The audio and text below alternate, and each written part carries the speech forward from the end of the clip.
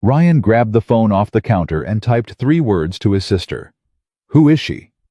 Madison's reply came back in 4 seconds flat. "Why?" He deleted the message before he could send another one. Pressed his palm flat against the counter. Looked across the kitchen at the woman his sister had brought through his front door 20 minutes ago. The woman who was right now crouched down on his kitchen floor, talking to his 7-year-old daughter like they'd known each other their entire lives. Lily was laughing. Actually laughing the real kind, the unguarded kind Ryan hadn't heard from her in longer than he wanted to admit. He hadn't felt this kind of danger in years, and it hadn't even started yet. Drop your city in the comments right now. I want to see how far this story travels. And if this is your first time here, hit subscribe. You do not want to miss what happens next. The plate shattered against the tile. Not because Ryan threw it. Not because he was the kind of man who threw things. He wasn't. He never had been. It slipped from his hands, wet from washing and trembling, and it hit the floor and broke into 4 clean pieces, and the sound of it was so sharp and so sudden that Ryan just stood there over the sink, staring down at the broken ceramic like it was the most honest thing that had happened to him in months. He didn't move to clean it up right away. He just stood there. His hands were still wet.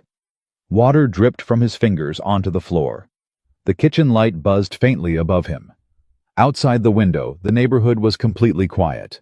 It was 11:43 on a Friday night in early October, and his daughter Lily was asleep down the hall, and his sister Madison had just left 20 minutes ago with her friend Avery, and now Ryan was alone in his kitchen with broken dishes and a feeling in his chest he didn't have a name for yet. He pressed his hands flat against the cool edge of the sink. "Get it together," he said quietly to the empty room. "Get it together, Ryan." But his hands were still shaking, and the problem, the real problem, was that he didn't actually know what had set them off. Nothing dramatic had happened tonight. Nobody fought. Nobody cried. There had been dinner. There had been good food and a full table, and the sound of laughter in his kitchen. Real laughter, the kind that bounced off the walls and made the whole house feel like it was exhaling for the first time in years. And Avery Collins had sat across from him and smiled at him in a way that women hadn't smiled at him in a very long time, directly, without hesitation. And she had asked him a question that was so simple and so ridiculous, it should have meant nothing at all. "Ryan, would you cook for me every day if I became your girlfriend?" He had laughed it off. Madison had nearly choked on her wine. Avery had smiled and let the moment pass.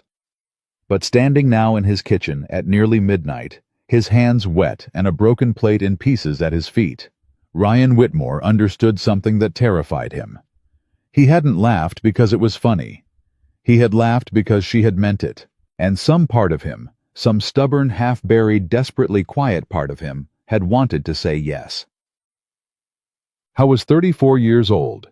He had a 7-year-old daughter named Lily, who refused to eat the crusts on her sandwiches, who slept with a stuffed rabbit named Gerald, who asked him every single morning without fail, "Daddy, what are we having for breakfast?" As if the answer to that question determined the entire course of her day. He had a 2-bedroom house in a good school district that he'd stretched his construction management salary thin to afford.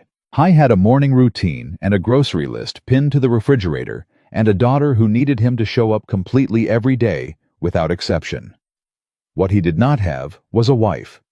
He hadn't had one of those for almost 3 years. Her name was Claire, and she was not a bad person. He had stopped telling himself that particular lie about 6 months after the divorce was finalized, when the anger finally cooled enough for him to see things clearly. Claire was not a monster. She was not cruel. She was simply a woman who had discovered slowly and terribly that the life she had agreed to at 26 was not the life she wanted at 32. She had wanted to go back to school. She had wanted to travel. She had wanted more than a house in the suburbs, and a husband who came home tired, and a baby who needed everything from her every single hour. So she had left. She was still in Lily's life. They had shared custody and an arrangement that worked more or less as well as those things ever work. Claire picked Lily up on alternating weekends and occasionally took her to the park or to her mother's house, and Lily loved her mother the way children love their mothers completely and without conditions, and in ways that had nothing to do with whether that mother had stayed or gone. Ryan had accepted this. He had accepted a lot of things. He had accepted that he was the full-time parent. He had accepted the school runs, and the sick days, and the Halloween costumes, and the teacher conferences. He had accepted Saturday mornings making pancake shapes from memory, while Lily stood on her step stool and tried to pour the syrup herself and got it everywhere, absolutely everywhere. And he had accepted the mopping up of that too. He had accepted that he was 34 and tired in a way that wasn't about sleep, and that there was a particular kind of loneliness that followed him through his own house on nights like this one, after Lily was asleep, after the dishes were done, when the house went quiet, and he sat in a chair and stared at a television. He wasn't watching and felt the absence of another adult, like a low sound at the edge of his hearing. Present. Constant. Never quite loud enough to name. He had accepted that this was his life now. He had told himself very quietly and very firmly that he was fine with that. He was picking up the broken pieces of the plate when his phone lit up on the counter.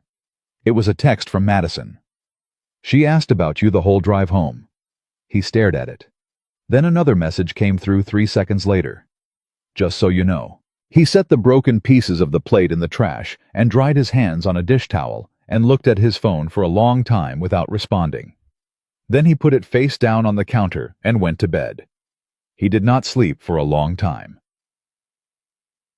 He had known Avery Collins existed for most of his adult life. She was 2 years younger than him and 6 months older than Madison, and she had been in and out of their family home for years when they were growing up. A constant presence at the kitchen table in the living room at every birthday party Madison had ever thrown.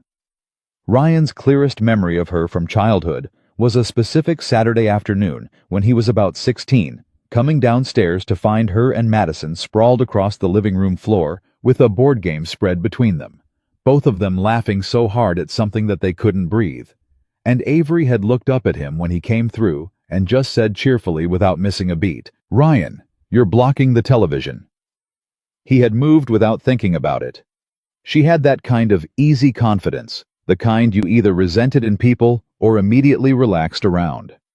Ryan had relaxed.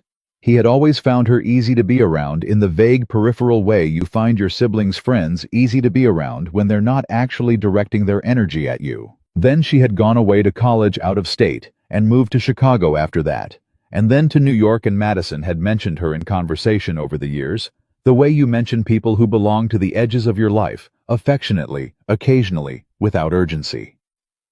Avery Collins had become to Ryan the abstract concept of a person. And then she walked into his kitchen last Friday, holding a bottle of wine and a container of olive oil she'd said she'd bought because she'd heard he cooked Italian, and she was 32 years old. And she looked at him with those direct, dark eyes, the way she always had, straight on without apology. And something in Ryan's chest shifted like furniture being moved in a room he'd forgotten existed. He had made dinner for 3 adults and 1 7-year-old. Lily had immediately decided that Avery was wonderful. This, Ryan reflected now, lying awake at midnight, had been either the best or the worst part of the whole evening, and he genuinely couldn't decide which. He remembered the exact moment. Lily had come downstairs during dinner prep, still in the shirt she'd worn to school with paint on her left hand, from an art project she'd been doing upstairs, and she'd walked into the kitchen and stopped dead when she saw a stranger standing next to her father at the counter. Lily was 7. She regarded strangers with the careful assessing look of a federal investigator. Avery had crouched down. No hesitation, completely natural, and held out her hand like she was meeting a colleague. "I'm Avery. Your dad's making the best thing I've ever smelled, and I'm very glad I was invited." Lily had looked at her hand, then at her face, then at Ryan. Ryan had shrugged. "She's telling the truth. It's pretty good." Lily had shaken Avery's hand with enormous seriousness. "I'm Lily. I helped pick the garlic. That explains why it smells so good." And just like that, Lily had decided Avery was acceptable, which in practice meant that Avery spent the next 40 minutes being shown Lily's entire art project collection, her stuffed animal family tree, and a detailed explanation of why Gerald the rabbit was the most important member of the household. Ryan had stood in the kitchen listening to his daughter talk, really talk freely and happily, and without reservation, and he had felt something he hadn't expected to feel. Grief. Not the dramatic crumbling kind. Just a quiet low ache, the recognition of something being present that had been absent for longer than he'd realized. The sound of his house being full. Madison had appeared beside him at the counter and quietly refilled his glass. "She's good with her," Madison said. "Don't," Ryan said. "I didn't say anything." "You were about to." "I was going to say she's good with kids in general. I wasn't going to say anything else." Madison paused. "Yet, Madison? I'm just observing." "Observe somewhere else." She had smiled and walked away, and Ryan had turned back to the stove, and he had told himself very firmly that the warmth in his chest was from the cooking. Dinner had been good. Not good in the way that polished, self-conscious meals are good. Good in the way that real food cooked with attention is good pasta with a slow-built sauce. Good bread salad that didn't come out of a bag. And Lily's contribution, which was a very precise arrangement of cherry tomatoes around the edge of a serving platter that she had spent 8 minutes on and was deeply proud of. They had eaten at the kitchen table, which Ryan almost never set formally anymore, because it felt performative when it was just him and Lily. Tonight, he had put out actual cloth napkins that had been in the drawer since Claire left, and he hadn't thought about why he'd done that until he was already doing it. The conversation had moved. The way good dinner conversation moves easily without agenda. Everyone finding their way into it. Madison talked about a project she was finishing at work. Avery talked about living in New York, not in a way that was about impressing anyone, just matter-of-factly the way you talk about a place you lived and worked, and are now genuinely glad to have left for a while. Lily asked questions about New York with the confidence of someone who believed every question she had was worth asking. "Do you have a dog there?" "I don't. My apartment was too small." "Our neighbor has a dog. His name is Captain. He ate a flip-flop once." "Wow, the whole thing." "Almost the whole thing. Dad fixed the other one with tape." Ryan had looked up to find Avery watching him with a small smile that he couldn't quite interpret. He had looked back down at his plate. Later, after Lily had been excused to go watch her show, and the table had been cleared, and the three of them were sitting with their wine in the easy quiet that follows a good meal, Madison had gotten a phone call she had to step outside to take, which left Ryan and Avery at his kitchen table alone for the first time. He had refilled her glass without asking. She had said thank you, and then she had looked at him. Really looked at him the same way she'd looked at Lily before she crouched down, like she was making a careful and honest assessment, and she had smiled. "Ryan, would you cook for me every day if I became your girlfriend?" The question had hung in the air. He had laughed, set his glass down, laughed again like a man trying to convince someone the ground wasn't shaking beneath his feet. "Where did that come from?" "Nowhere. It's just a question." "It's a weird question." "Is it?" She tilted her head slightly. "You've been cooking for everyone in this house for years. Madison talks about it all the time. How you always cook. How you always take care of things. I just wondered if anybody ever cooked for you." The question shifted. "I'm fine," he said. "I know you are. That's not what I asked." And then, Madison had come back inside, and the moment had passed, and they had all talked about something else. And an hour later, his sister and her friend had said goodnight and left. And now, Ryan was in bed staring at the ceiling, understanding with absolute clarity that Avery Collins had not been making a joke. She had walked into his house, and in one evening she had looked at every small thing he did. The fruit cut precisely because Lily preferred it. The cloth napkins he'd pulled out of a drawer he hadn't opened in 2 years. The way he'd lowered his voice automatically when he walked past the hallway to check if Lily was still doing her project, and she had seen him. Not his daughter. Not his routine. Not the very reasonable, responsible, carefully constructed life he'd built out of the wreckage of his marriage. Him. And Ryan Whitmore, who had spent 3 years telling himself he was fine, lay in the dark in his quiet house and felt something crack open in his chest, like a plate hitting tile. Not because she had asked if he would cook for her every day, because she had asked if there was room. He got up early the next morning. He always got up early. That was one of the things that hadn't changed. He was a morning person before Lily and fatherhood had simply made it a necessity rather than a preference. I was in this kitchen with coffee made and eggs started before Lily padded in at 7:15 in her socks and Gerald tucked under one arm. Daddy. Yeah, Bug. What are we having for breakfast? Eggs and toast. She considered this with great seriousness. Can I have mine with the yolk broken? Already broken. She climbed onto her stool. She put Gerald on the counter, which he technically wasn't allowed on, and Ryan didn't say anything about it today. Daddy, she said while he plated the eggs. What? I liked Avery. He set the plate in front of her. Yeah. She listened to me explain the whole animal family. That's a long explanation. She didn't look at her phone, not once. Ryan poured himself more coffee. His back was to her. Most adults look at their phone, Lily added, as if presenting evidence in a case. Most adults do a lot of things. She didn't. A pause. Will she come back? Ryan stood at the counter and looked out the window at his backyard. The neighbor's kid had left a baseball in the grass again. The oak tree by the fence was starting to turn. I don't know, Bug, he said honestly. Lily ate her eggs. I hope she does. Ryan didn't say anything to that. He just drank his coffee and looked at the yard and tried not to think about how quickly his daughter had answered that question, and how quickly, honestly, he had answered it himself. He didn't call Avery. He told himself this was because he didn't have her number. He had Madison's number. He could have asked. It would have taken 30 seconds. He didn't ask. He spent the weekend the way he always spent weekends. Grocery run on Saturday morning. Lily's soccer practice at 10.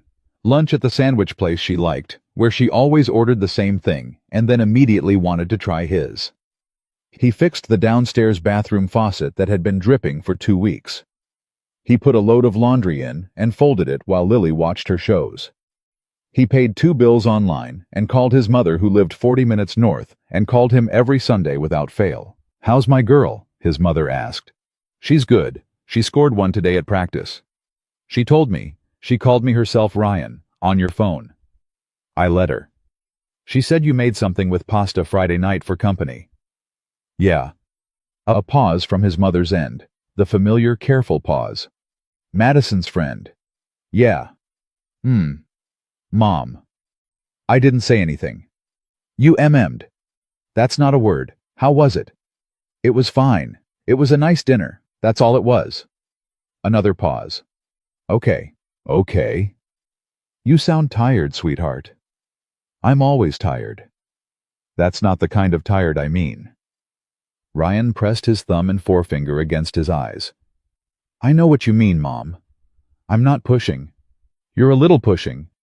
I'm just saying, when was the last time you let yourself enjoy something not for Lily, not for work, for yourself?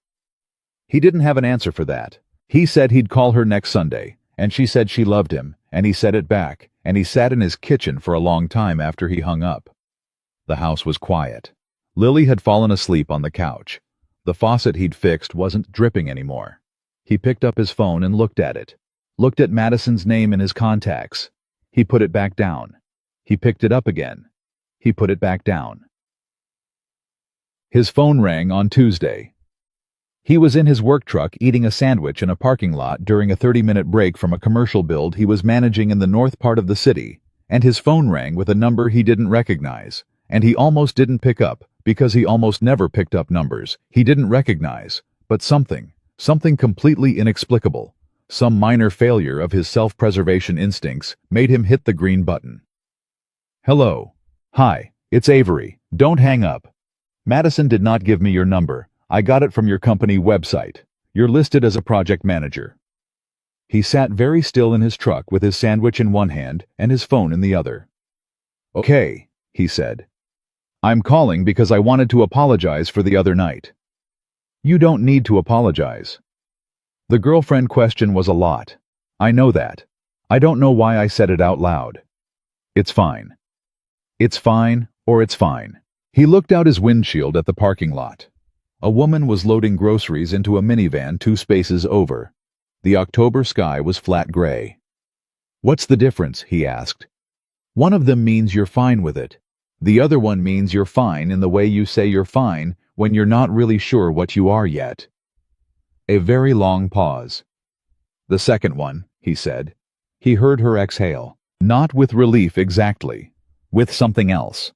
Like a person who has been holding something carefully, finally setting it down on a steady surface. "Can I ask you something?" she said. "Apparently you're going to regardless." "Fair." A small pause. "When was the last time someone asked you how you were doing, and actually wanted the real answer, not the fine answer?" He thought about it honestly. He tried to remember a specific moment. His mother came close. His site foreman Danny sometimes came close after rough weeks. But there was a specific texture to that question.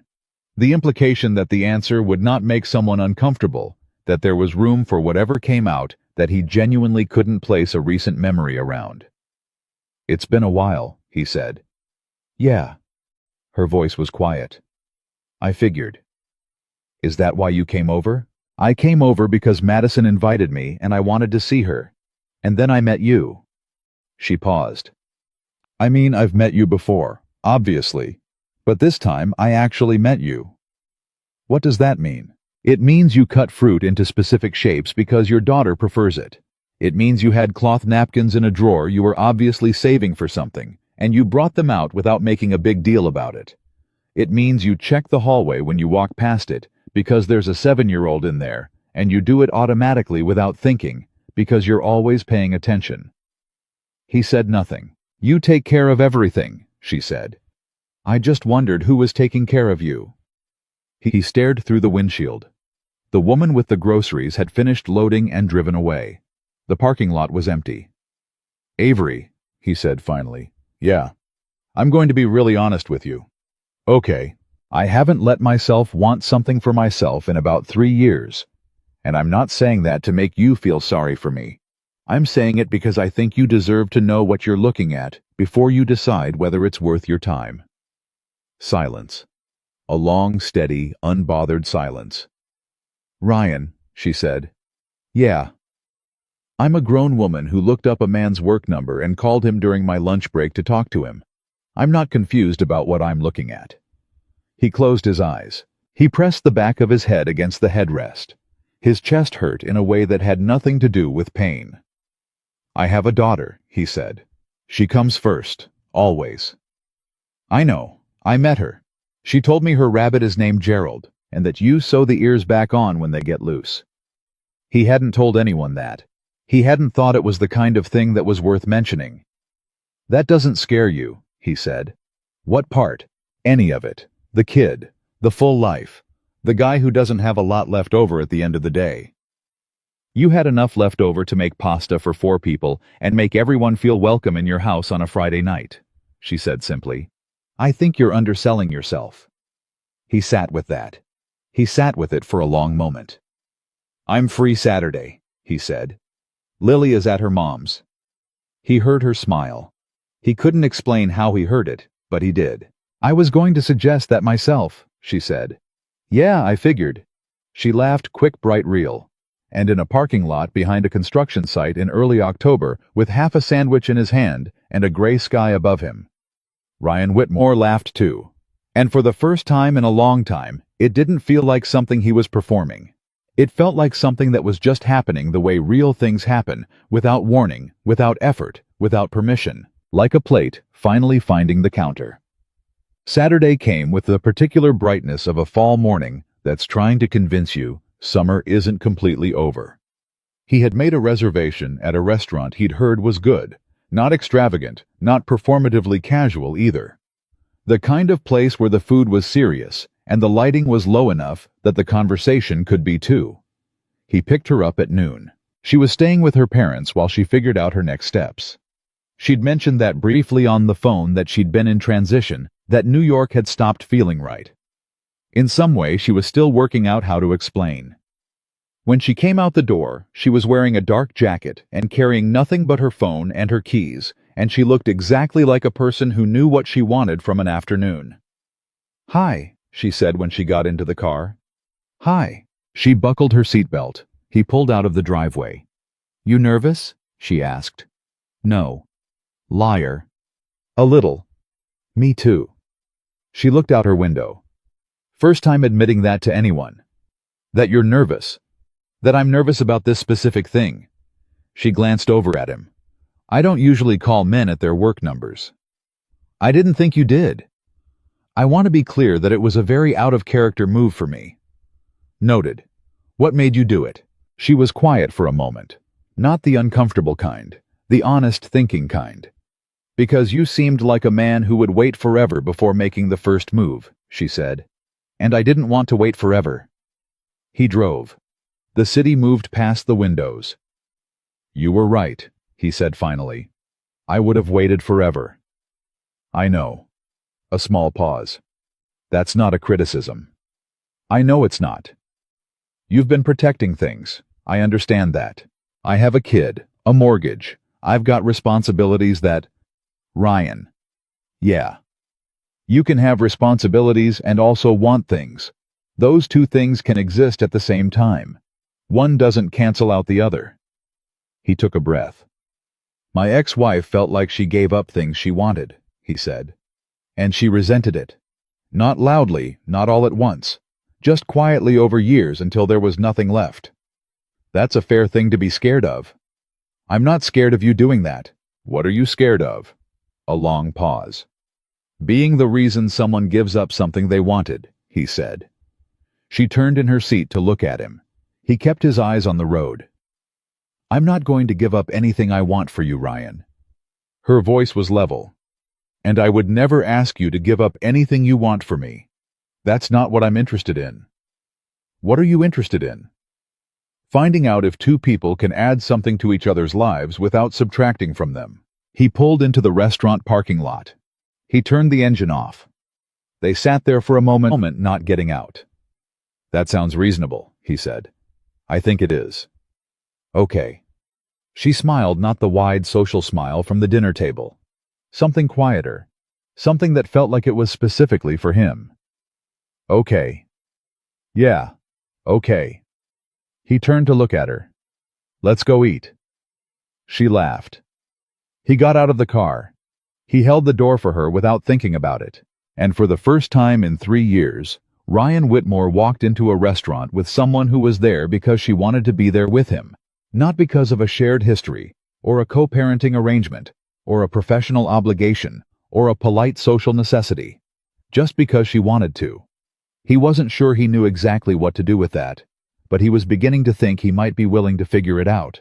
The restaurant was called Hartwell's, and it was the kind of place where the tables were close enough together that you had to keep your voice low, which meant the conversation had to be real.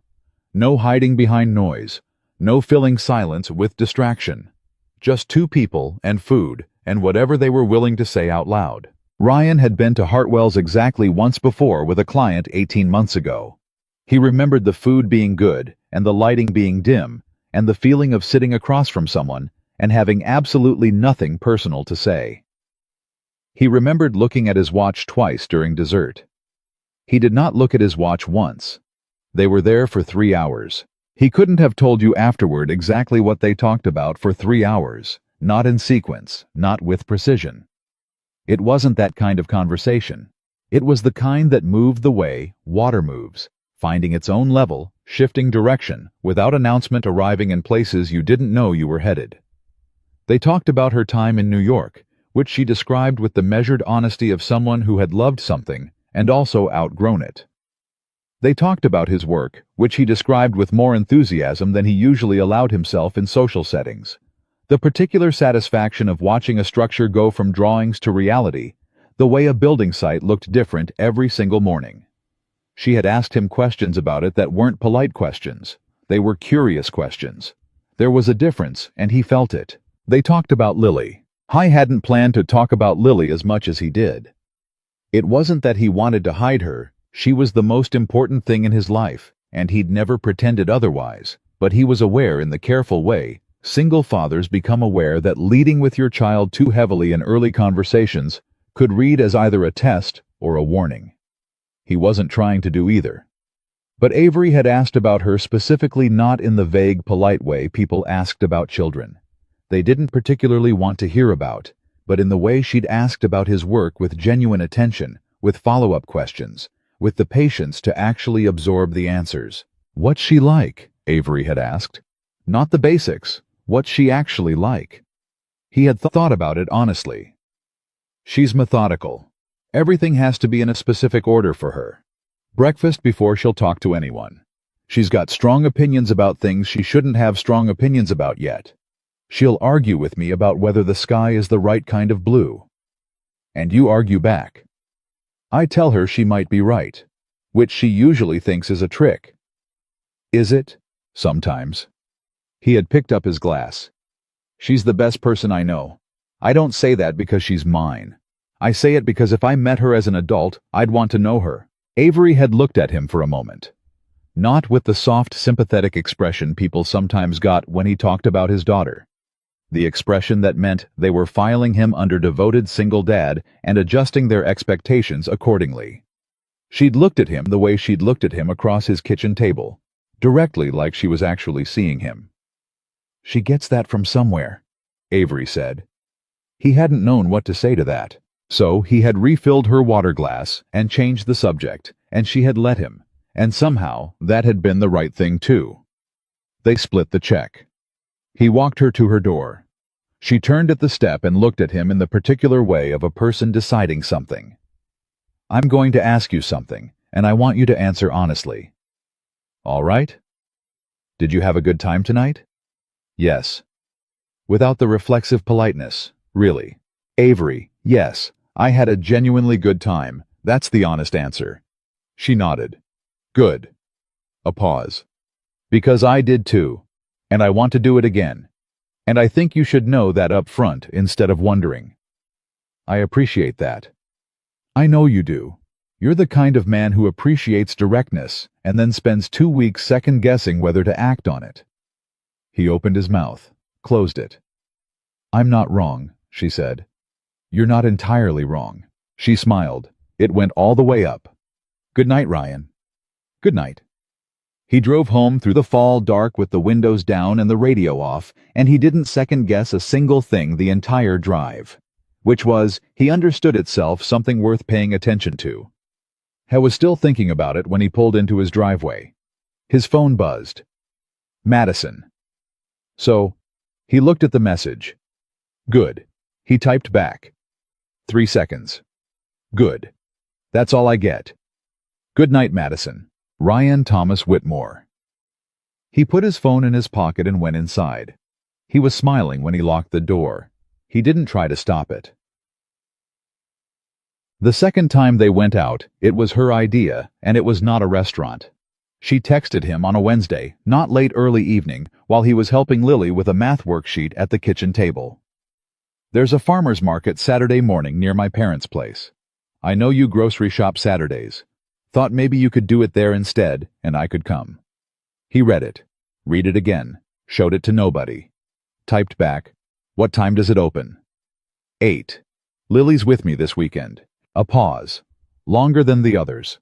I know. I meant both of you. He set his phone down on the table. Lily looked up from her worksheet. Who's texting you? Avery.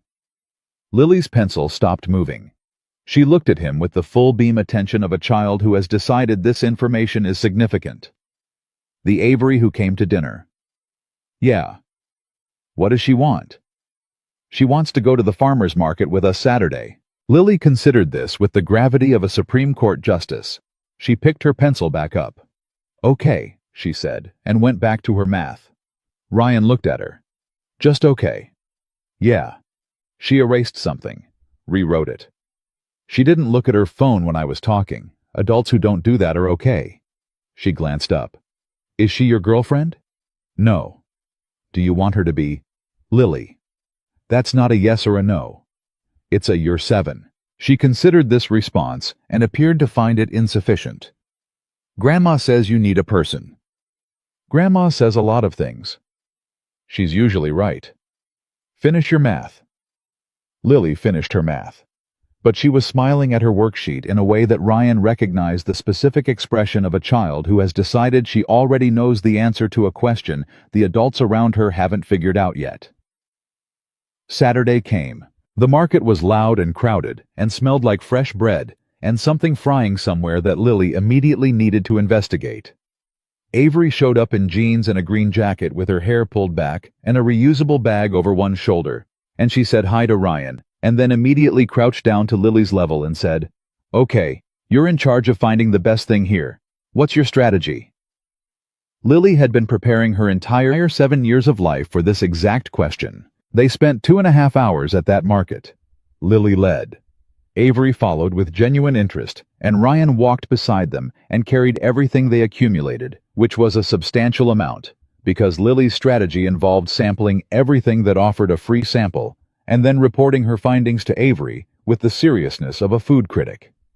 They bought bread and honey, and a jar of apple butter, and a small bunch of sunflowers that Lily insisted on because she said they were the happiest flowers, and Avery agreed immediately. At some point, while Lily was deeply engaged in watching a man make kettle corn in a giant copper pot, Avery had moved to stand beside Ryan close enough that their arms were almost touching, and she had said quietly without taking her eyes off Lily, "She's exactly how I imagined her." "You imagined her?" "After the dinner, I thought about what she must be like the rest of the time, at school, in the morning. I thought she was probably someone who took everything seriously. She does. And then she asks you if you want someone to be your girlfriend at the kitchen table." He almost choked. "She told you that, while you were buying bread, she appeared at my elbow and said, and I quote, 'My dad said it's not a yes or a no, but that means yes.'" He pressed the back of his hand over his mouth. "I told her I was still working on it," Avery said. He looked at her.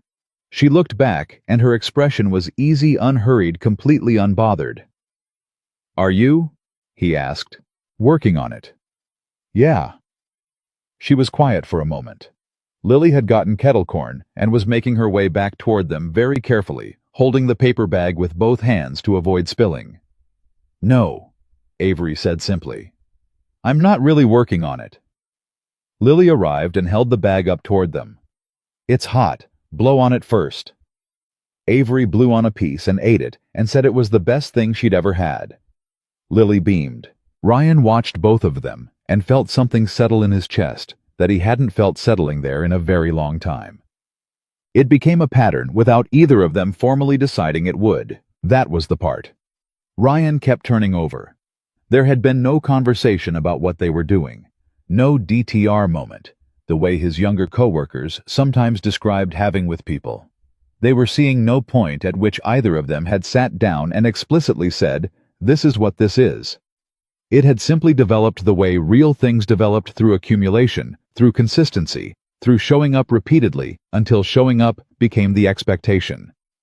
Avery showed up. She showed up on the Thursday nights she had free, sometimes at his house with takeout, sometimes meeting him somewhere after Lily was at a school event. She showed up on some Saturdays when Lily was home, and some Saturdays when Lily was at Claire's, and the texture of those different visits was different in ways he appreciated. The Lily Saturdays full and warm and loud, the other Saturdays quieter, more contained, just the two of them finding out who they were when it was only them. She helped Lily with a school project about weather patterns, which meant she sat at the kitchen table with scissors and a poster board for 90 minutes, while Lily directed the entire operation with the confidence of a theatrical director who had very specific creative notes. Ryan had made dinner in the background listening to them and had felt the dangerous, unfamiliar weight of ordinary happiness. She called him on nights when he seemed off, not pressing, just present. "You sound tired," she'd say. The real kind. And he'd learned by the third or fourth time that she meant it, that she actually wanted to know, and so he'd started telling her. The difficult sight situations, the politics at work. The nights Lily woke from bad dreams, and he'd sit on the edge of her bed until she fell back asleep, and then go back to his own room feeling the full weight of doing this alone. She listened, not in the performing way, in the actual way, absorbing what he said, asking the right question, knowing when not to ask anything at all. She told him things too. She told him about New York, more of it, the underneath of it, that she hadn't said at dinner. That she'd had a relationship there that had ended about a year ago. A man who had wanted her to want a different kind of life, who had found her ambition attractive in theory and exhausting in practice, who had eventually told her she was a lot, in the tone of someone who thought that was a reasonable observation and not a cruel one. She'd said this matter-of-factly without bitterness, but with the particular precision of someone who has fully processed something and is simply reporting its shape. "What did you say to that?" Ryan asked. They were on his porch late, the kind of cold that makes you move closer to another person without making a decision about it. "I said thank you for letting me know, and I picked up my things, and I got very busy at work for about 8 months. And then I got tired of being busy. And Madison called and said, come home for a while and figure out what you actually want." She paused. "So I came home." He looked at the dark yard. "Do you know yet what you actually want?" She turned to look at him in the dim porch light. "I'm getting there." He held her gaze for a moment. Then he looked back at the yard. "I had the opposite problem," he said. "I wasn't a lot. I was apparently not enough." She was quiet for a moment. Claire said that, not in so many words. She said she felt invisible, that our life had gotten small, that she'd stopped being able to see herself in it. He exhaled slowly. "I've spent 3 years trying to figure out how much of that was true and how much of it was just the story she needed to tell herself." "What did you decide?" "That it doesn't matter. What matters is she was unhappy. What matters is Lily has 2 parents who don't hate each other and a stable house. What matters is I didn't let it make me someone who decided love was too expensive." She looked at him. "Did you decide that?" "Some days," he said honestly. "Some days I decided that pretty firmly.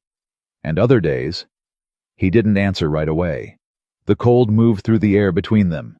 She didn't push it. "Other days," he said finally. "Someone calls me at my work number during her lunch break, and I pick up the phone for no good reason." She laughed, the quick, real one. "No good reason," she repeated. "None at all." She leaned into him then. Just slightly. Just enough. Her shoulder against his arm, not demanding anything, just present. And he didn't move away. He sat there in the dark with her shoulder against his arm, and thought about how strange it was that intimacy at its most foundational level sometimes wasn't anything you could photograph or point at. Sometimes it was just 2 people on a porch in October, not needing anything else from the moment than what it already was. His foreman Danny noticed first. Danny was 51, built like a man who had been doing physical work his entire life, and he had the social radar of someone who spent most of his days reading crew dynamics for problems before they became expensive. He noticed everything on a job site. He had started noticing things about Ryan 2 weeks after Avery first came to dinner, and he had said nothing for 3 weeks, which was a miracle of restraint for Danny. The miracle ended on a job site Tuesday morning. Ryan was reviewing a blueprint at the hood of his truck when Danny appeared, refilling his coffee from a thermos, watching Ryan with the casual surveillance of a man who has decided the time has come. "You're humming," Danny said. "What?" "You're humming. You've been humming for 3 weeks. You don't hum." "I hum, Ryan. In 4 years, I have never once heard you hum on a job site. You mumble measurements, and you swear at permit paperwork. You do not hum." Ryan looked back at the blueprint. "There's a woman," Danny said. "Leave it alone, Danny." "I'm not in it. I'm just observing that there's a woman. Because a man who hums is either in love or lost his mind, and you seem like you know where you're going this week." Ryan said nothing. Danny drank his coffee. "She good?" A pause. "Yeah," Ryan said. "She's really good." Danny nodded, said nothing else, went back to his crew, and Ryan stood at the hood of his truck with the blueprint in his hands and realized he was smiling again. He was doing that a lot lately. He was doing it without catching himself. The first time she met his mother was an accident. His mother drove down on a Thursday to bring Lily a birthday present 3 weeks early because she could never wait, and she arrived 45 minutes earlier than she said she would because she never arrived when she said she would, and Avery happened to be there. Not for any formal reason. She'd come to drop off something she'd picked up that she thought Lily would like for school. A set of colored pens Lily had mentioned wanting once, and she had stayed because Lily had immediately deployed her at the kitchen table for a project. Ryan heard his mother's car in the driveway. He looked at Avery. Avery looked at him. From the table, Lily said without looking up from her project. "Grandma's here. She's early. She's always early." His mother came through the door the way she always came through doors, completely, immediately filling whatever room she entered talking before she was fully inside. "Ryan, I brought the—" She stopped. She looked at Avery. Avery stood from the table, extended her hand. "Mrs. Whitmore, I'm Avery. I'm a friend of Madison's." His mother looked at her hand, looked at her face, looked at Ryan. Ryan said nothing helpful. His mother shook Avery's hand with the dignified warmth of a woman who was processing several things at once and had chosen grace as her strategy. "Madison's friend. Yes, she's mentioned you." She glanced at Ryan. "Several times." "Good things, I hope," Avery said. "Very good things." She looked at Ryan again with an expression that said clearly and entirely without words, "We will be speaking about this later." Lily had climbed down from her stool and was wrapping both arms around her grandmother's waist. "Grandma Avery got me colored pens." "Did she?" His mother looked at Avery with the expression shifting from assessment to something warmer. "That was very thoughtful." "Lily mentioned them," Avery said simply. "I was near the store. His mother made dinner." She insisted. She produced a casserole from a bag Ryan hadn't known she'd brought because she always brought food without telling anyone, and she set it on the counter and took over his kitchen with the complete authority of a woman who has been cooking for other people for 40 years. And Ryan stood to the side and watched her talk to Avery while she cooked. He was watching two things simultaneously. His mother's face, which was doing the specific series of micro-expressions that meant she was running a thorough evaluation and liking what she was finding, and Avery, who was responding to every question his mother asked with the same directness she brought to everything without performing, without trying to land a particular impression. She was just being herself. She had apparently decided that was enough. After dinner, his mother helped Lily with her bath and bedtime, which was their ritual, and always had been, and Ryan and Avery sat at the cleared kitchen table with the last of the coffee. "She's wonderful," Avery said. "She's a lot. She loves you so much it's almost embarrassing to witness." He looked at his coffee cup. "Yeah, the feeling's mutual. She was watching me the whole dinner." "I know." She approved by the casserole course. He looked up. "How can you tell?" "She started talking to me like I was already in the family. She asked me if I preferred my eggs scrambled or fried." A pause. "That's not a small talk question." He smiled. "No, it's not." "She's trying to figure out breakfast." "Probably." Avery was quiet for a moment. "Does that scare you?" He thought about it honestly. 3 months ago it would have. "And now? Now I'm thinking about whether you prefer scrambled or fried." She held his gaze across the table. "Scrambled, but only if someone else makes them." He looked at her. "I'll keep that in mind," he said. His mother came back downstairs 15 minutes later, kissed Ryan on the cheek, told Avery it was genuinely lovely to meet her, and left with the brisk efficiency of a woman who had accomplished everything she'd come to accomplish, and then some. The house went quiet again. Avery helped him wipe down the counters without being asked. She didn't say anything grand. She didn't make a moment out of it. She just picked up the dish towel and helped him put his kitchen back in order, and they worked side by side in the quiet, and that was all it was, and that was everything it was. She left at 9:30. He stood at the door after she'd gone, the house behind him settling into its nighttime sounds, and he recognized with a clarity that didn't frighten him anymore that something had shifted so far past the point of return that returning wasn't a direction he was even considering. He was in this. He didn't know exactly what this was going to look like, or what it was going to ask of him, or what it was going to cost. But he was in it, and for the first time in 3 years, that felt less like a risk and more like the most honest thing he'd done for himself since he'd answered a phone call from a number he didn't recognize in a parking lot on an ordinary Tuesday. He locked his door. He went upstairs. He checked on Lily, who was asleep with Gerald tucked under her chin. He stood in her doorway for a moment, the way he always did, and he thought about what his daughter had said at the kitchen table with her pencil in her hand. "Grandma says you need a person." He pulled her door almost closed.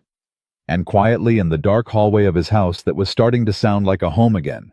He thought maybe Grandma was right. November arrived, the way it always did in this part of the country, without ceremony. Just a drop in temperature and a sky that forgot how to be blue for weeks at a time. Ryan barely noticed. He was too busy noticing other things. He noticed that Avery had started leaving small traces of herself in his house, the way water leaves traces in stone gradually without force through simple repetition. A specific brand of tea in his cabinet because she'd mentioned once that she didn't drink coffee after noon. A hair tie on the bathroom counter near the sink that Lily had found and presented to him with enormous gravity, as if it were evidence in a case she had already solved. A book on his nightstand that she'd finished and said he should read with a folded corner on page 47, where she'd stopped and written something in the margin in her handwriting, and he had read that margin note 4 times without reading any of the actual page. He noticed that Lily had stopped asking if Avery was coming over and started asking when. He noticed that he had stopped bracing himself every time things felt good. That old reflex, the one that spent 3 years preparing him for floors that were about to give way, had gone quiet. Not gone. Quiet. And he noticed on a Tuesday morning in the second week of November that his phone showed a voicemail from a number he recognized as Avery's company, her work line, not her cell, and that she had left it at 8 in the morning when he was already on site, and that the voicemail was 47 seconds long, which was long for a voicemail, and that she had not texted him after leaving it, which was unlike her. He listened to it in his truck at noon. Her voice was careful, measured in a way it wasn't usually measured. Ryan, hey, can you call me when you get a chance? It's not bad. I want to say that first. It's not bad. I just need to talk to you about something, and I'd rather do it on the phone than text it. Call me when you have time. Okay, bye. He sat in his truck for a full minute after the voicemail ended. Then he called her back. She picked up on the second ring. Hey, what's going on? A pause, not long, but present. My company called this morning, my director specifically. Okay. They're opening a regional hub in Denver. They want someone to lead it. They've been looking internally, and they want me. Ryan said nothing. It's a significant promotion, Director of Regional Marketing. It's the kind of thing I've been working toward for about 5 years. Another pause.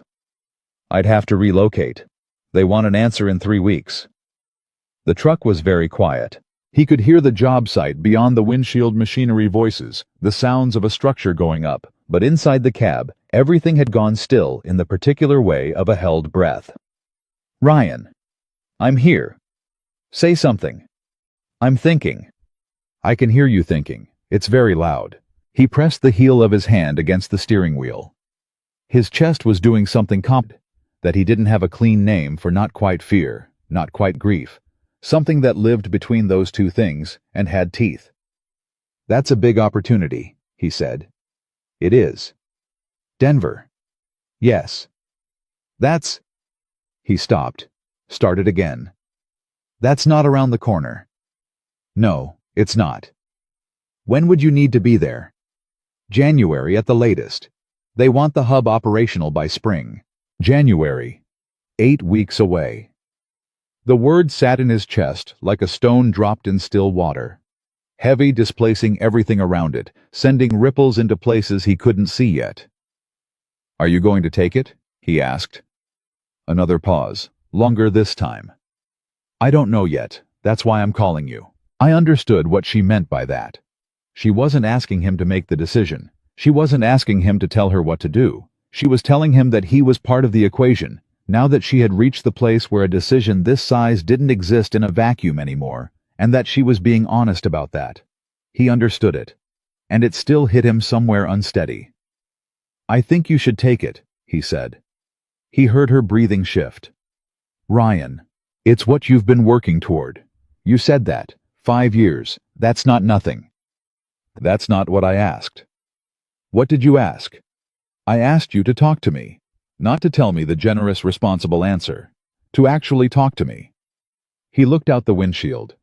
Danny was crossing the site with a clipboard head down, completely absorbed in something that had nothing to do with any of this. I don't know how to do this, Ryan said quietly. Do what? Say the thing I actually want to say, without it sounding like I'm trying to keep you from something. Try. He exhaled. I don't want you to go. Silence. I don't want you to go, he said again, and it came out different the second time, less like a statement, more like something he'd been carrying for an hour and finally set down.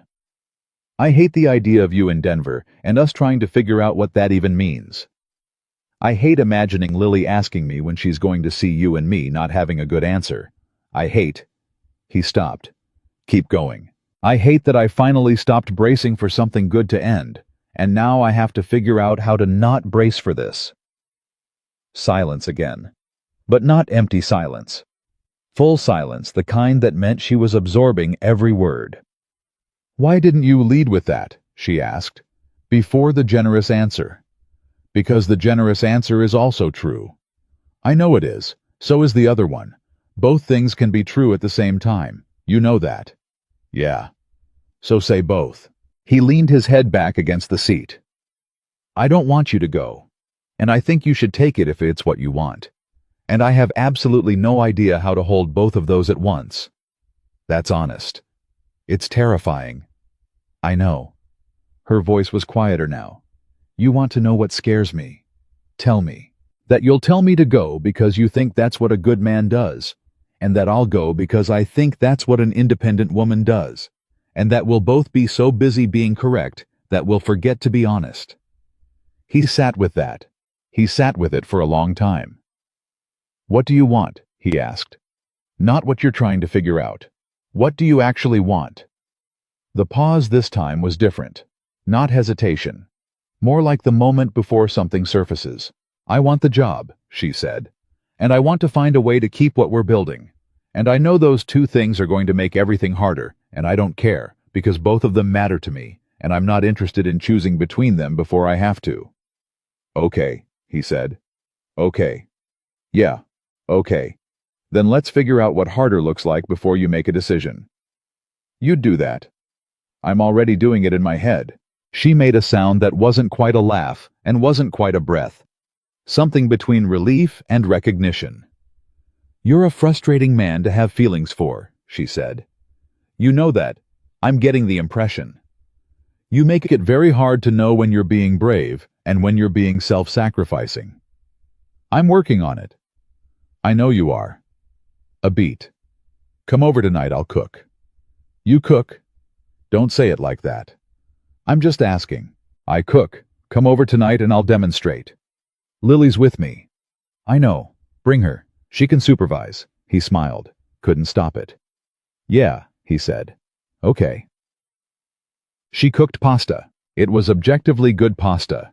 She'd clearly paid attention to how he made his, or she'd simply always been good at it, and he chose not to ask which, because either answer felt significant in ways he wasn't ready to examine over dinner. Lily had supervised from her designated stool and offered a series of unsolicited technical notes, which Avery received with the seriousness they were intended. Ryan had sat at the kitchen table in her parents' house and watched the two of them move around the kitchen and felt the same thing he'd felt at the market at his kitchen table on his porch, that particular gravity of something becoming real, after dinner. After Lily had been settled in the guest room with a show on her tablet and the door pulled halfway, Ryan and Avery sat across from each other at the kitchen table with their coffee and the weight of the conversation that had been waiting since noon. Tell me about Denver, he said. She told him. All of it, the scope of the role, what it would mean for where she'd been trying to get professionally. The fear underneath the excitement, the fact that she'd been hoping for something like this and had not expected it to arrive at exactly this moment. He listened, all the way through, without filling the pauses. What does your gut say? He asked when she'd finished. My gut says take it. Then you know what you want. My gut also says I'm terrified of what happens to us. That's not your gut. That's your good sense. She looked at him. Are you scared? Yes. Of what specifically? The distance is the easy part to name. It's the other stuff. What other stuff? He turned his coffee cup in his hands. When Claire and I, when things got bad, there was a period where we were fine on paper. We were showing up, doing all the logistics. And slowly everything that was actually between us just— He stopped. Just got used up on the maintenance, on keeping it functional. And you're afraid that's what distance does? I'm afraid that's what hard things do when people aren't honest about how hard they are. She was quiet for a moment. Then, I'm not Claire. I know that. I'm not going to pretend something is fine when it's not. That's not something I do. I know. So when something is hard, I'm going to tell you. And I need to know you'll do the same thing. He looked at her. I called you back from a job site and told you I didn't want you to go. That's about as honest as I get. I know, that was good. She paused. I need that to be a consistent pattern, not a one-time thing. I'm working on consistent. I know you are. She reached across the table and put her hand on his. Just that. Just her hand on his. I'm not going anywhere tonight. We have 3 weeks to figure this out. I don't want to spend those 3 weeks dreading it. He looked at her hand on his. What do you want to spend them doing? He asked. Living in them. She squeezed once. Just being in them while we have them easy. He turned his hand over beneath hers. Okay, he said. Yeah, okay. Okay. They spent those 3 weeks the way she said, living in them. Not avoiding the conversation, but not making every moment about it either. They went to Lily's school thing on a Thursday, where Lily performed a 2-line speaking role in a class presentation with the intensity of a seasoned stage professional. They had dinner with Madison, who knew about Denver, and who sat across the table with the carefully neutral expression of a woman who had very strong feelings she had decided to keep to herself for once in her life. Ryan drove Avery to a nursery on a Saturday afternoon because she'd decided, for reasons she couldn't fully articulate, that she wanted to plant something before she left, and she bought a small rosemary plant and put it in his kitchen window because she said it was useful and hardy, and she liked the idea of it being in his house. He had not said anything about that. He had watered it every morning since. She told him her answer on a Wednesday night.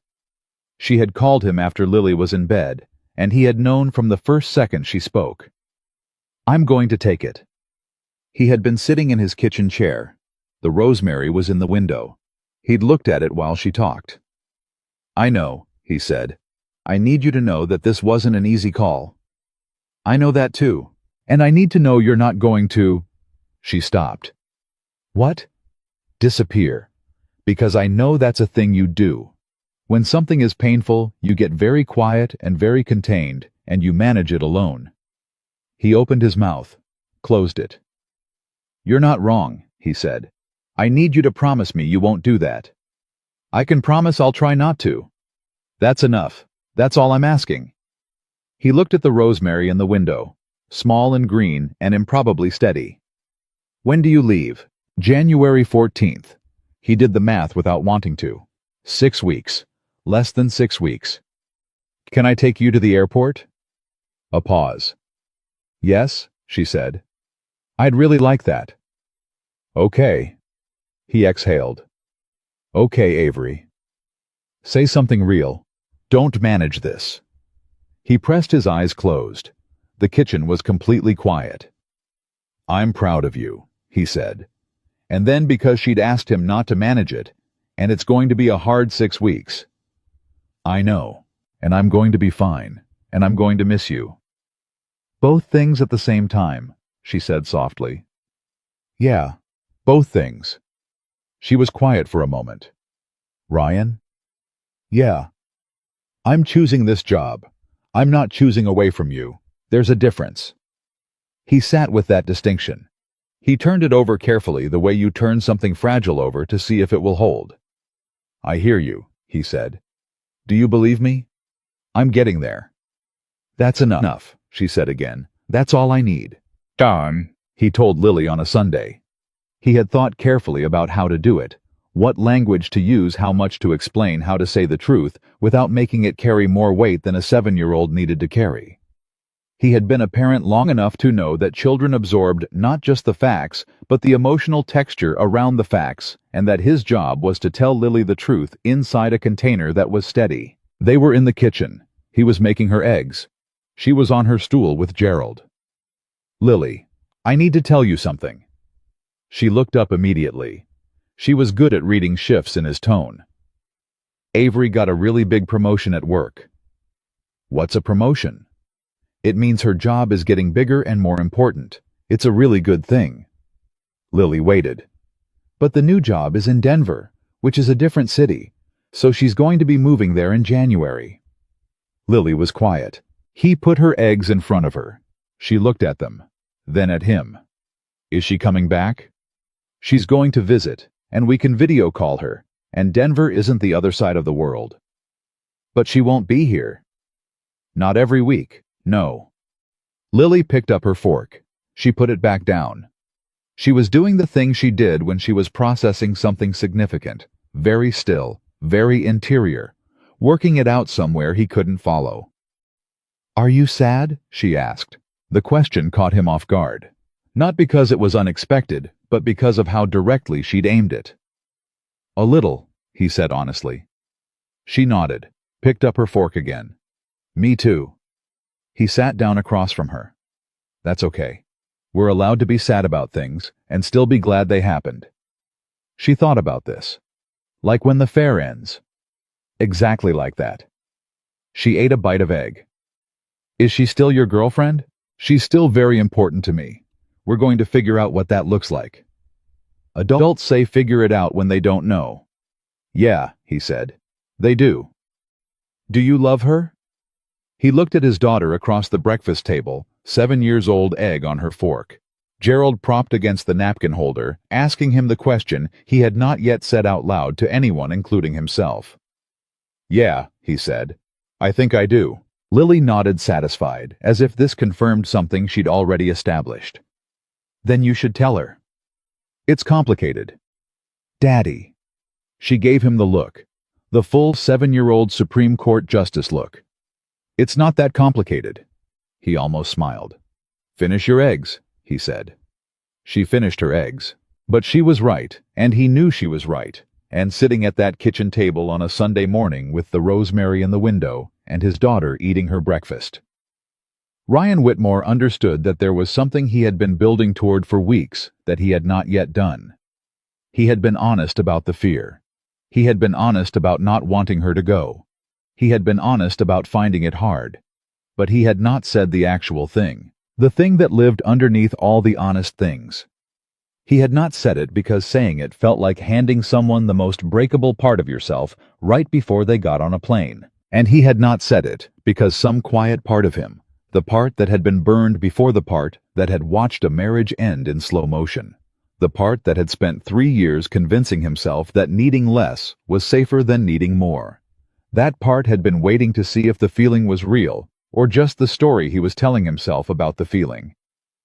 But sitting in his kitchen on a Sunday in late November, he knew. It was real. It was about as real as anything in his life, and he had about 6 weeks to figure out how to say so. The moment came when he wasn't ready for it, which was, he thought afterward, exactly when moments like that always came. It was a Friday evening 2 weeks before Christmas.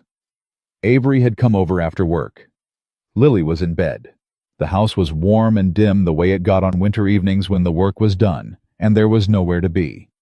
They were on the couch, her feet tucked under her, him close enough that their shoulders touched. She was telling him about the apartment she'd found in Denver. Not with excitement exactly, more with the careful optimism of someone building something from scratch and trying to see its shape.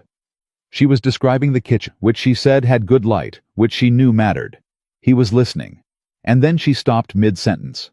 What? He said. Right, which she knew mattered. He was listening. And then she stopped mid-sentence. What? He said. She was looking at him with an expression he'd learned to read over the last 2 months.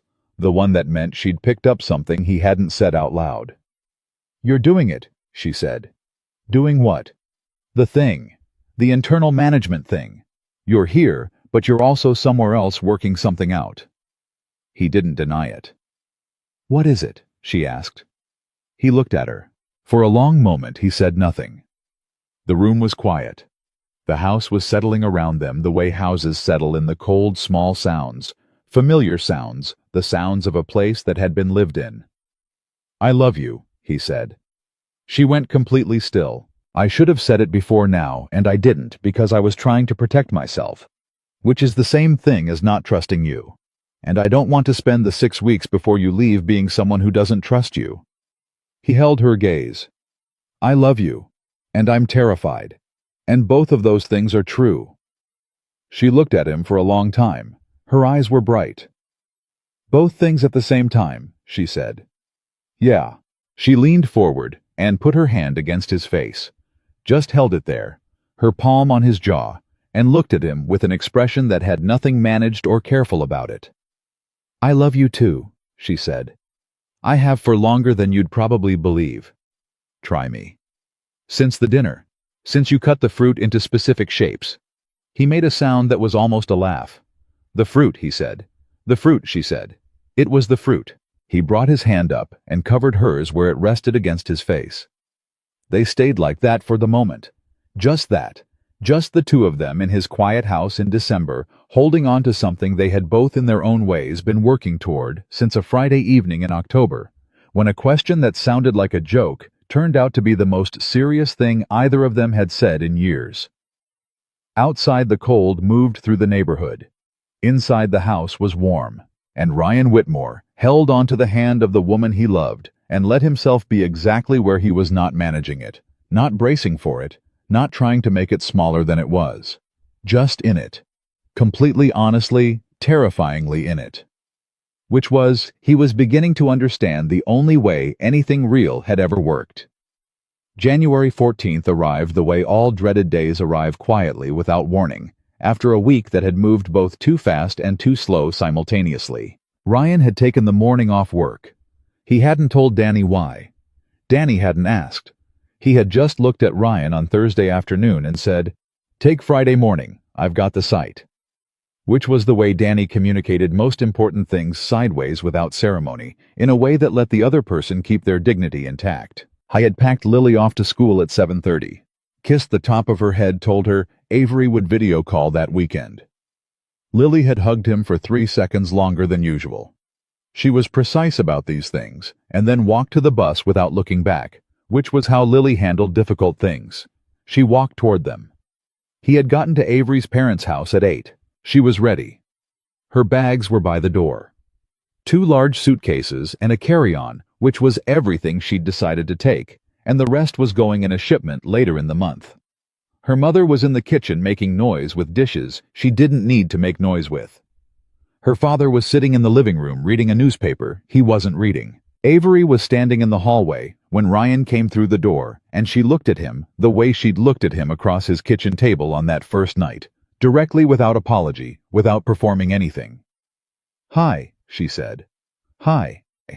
I'm ready." "I see that." She picked up her carry-on.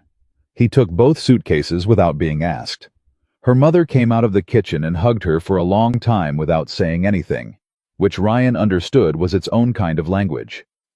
Her father stood and shook Ryan's hand, and then pulled him briefly into the kind of hug men of a certain generation give when they've decided they trust you, firm, short, complete.